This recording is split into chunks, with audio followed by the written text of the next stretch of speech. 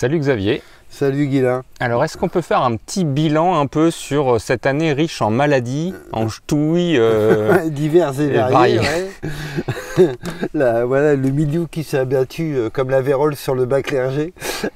Oui, alors il y a eu pas mal d'échos différents suite à la méthode du bicarbonate de soude qui parfois a donné des bons résultats, parfois des moins bons résultats. Moi, je reste persuadé que ça donne de très bons résultats. Avec quand même cette difficulté qu'on a, c'est que les tomates poussent en été. Voilà. Or, un été, on n'en a pas eu en Touraine. Voilà, là il commence à faire beau, mais donc cultivons des légumes de saison, et là, bah voilà, c'était pas la saison du tout pour les tomates. Donc, on pourrait aller voir, on fera une petite image sur les choux.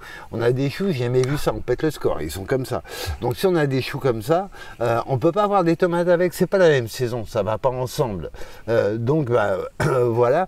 Et à propos des maladies et des traitements différents, j'ai pas mal de petits commentaires, toujours intéressants sur le fait que du bicarbonate ou un autre dont je viens de manger le nom, permanganate, je crois, de soude. Attention à se dire que malgré tout, ça influe sur le milieu. Si c'est une efficacité contre des pseudo-champignons, à mon avis, c'est pas nickel sur l'habit du sol. Tout ça n'est pas anodin. Donc voilà, qu'est-ce que je mets en face de mon envie impératif de manger des tomates. Il est vrai que voilà, cette année, est-ce qu'on avait très envie de tomates?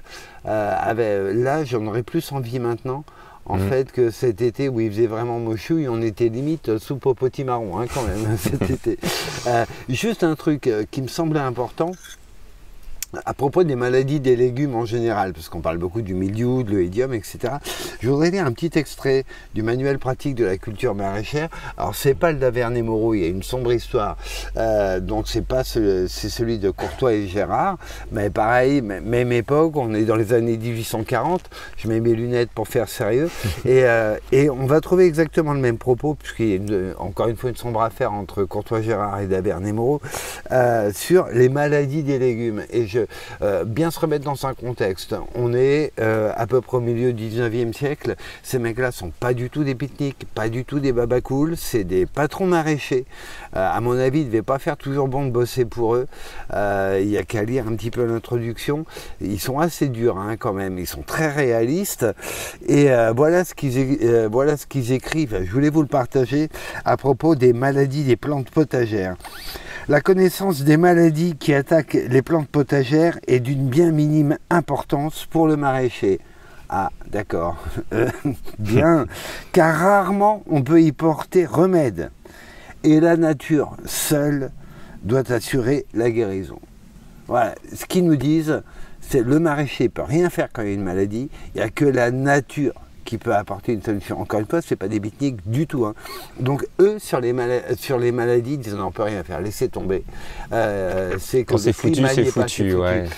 Autant sur les bestioles, attention, hein, ils y vont au gaz moutarde, il n'y a pas de problème. Hein. Mais par contre, sur les maladies, non, ils disent laissez tomber. La suite, c'est chaque fois qu'un végétal se trouve dans un état pathologique par suite d'influences ambiantes défavorables qui ont développé en lui un état morbide. Comme le temps de merde, par exemple. Voilà. Et que ces tissus ne jouissent pas d'assez d'énergie vitale pour lutter contre le mal, la désorganisation commence et l'unique moyen de guérison est un redoublement de soins pour rendre au végétal sa vigueur première.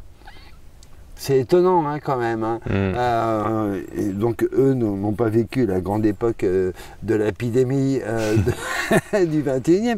Mais n'empêche que ce qu'ils disent quand même, c'est que voilà, il n'y a pas grand-chose à faire que de redoubler de soins. S'il y a un état pathologique, c'est parce que, c'est exactement le résumé que tu viens de faire, c'est parce qu'il y a un temps de merde, en fait, tout simplement. Donc, c'est pour ça que eux ont tendance à dire, sur les maladies, c'est pas intéressant, on ne peut pas y porter remède.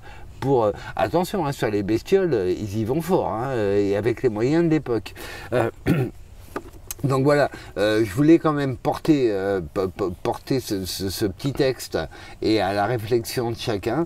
Il est vrai que moi j'ai constaté que sur des états pathologiques des plantes, quand le climat n'y est pas du tout, on ne peut pas grand-chose. Il faut se détendre et puis... Voilà. Et puis se dire que on a la chance d'être au potager, dans des diversités incroyables. Si les tomates merdent, les choux marchent. Bon ben voilà, c'est les choux quoi.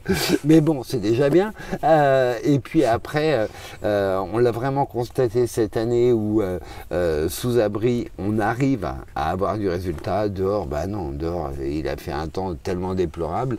Et puis il y a autre chose. Quand on est sur les maladies, c'est bien de les connaître.